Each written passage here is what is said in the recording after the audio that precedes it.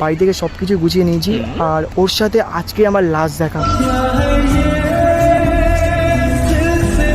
মানে ও আসবে, ঠিক আছে, ওর সাথে দেখা করে আমি বেরিয়ে যাবো। আর তুমি ভালো মানে বেশি করে গয়নাগাটি নিয়ে আসবে, কারণ অনেক দিনের ব্যাপার, ঠিক আছে, বুঝতে পারছো আমরা বড় কিছু করতে চলেছি। এতদিন তো অভিনয় করেছে, বাট আজকেও অভিনয়টা করে যায়। এটা কিন্তু দেখো, আমি কিন্তু বেশিক্ষণ থাকবো না এর কাছে, আমি জাস্ট ওর কাছে কিছু টাকা পয়সা নেবো, নিয়ে আমি চলে যাবো। তুমি টেনশন নিও না।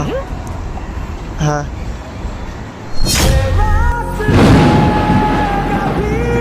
বাবু, তুমি কার সাথে ফোনে কথা বলছিলে? হ্যাঁ রাখ রে, ঠিক আছে, মশলা মুড়ি খাবো না আমি, কিনে আনিস না। তুমি এখানে তুমি করে কথা বলছিলে না কারোর একটা সাথে ফোনে?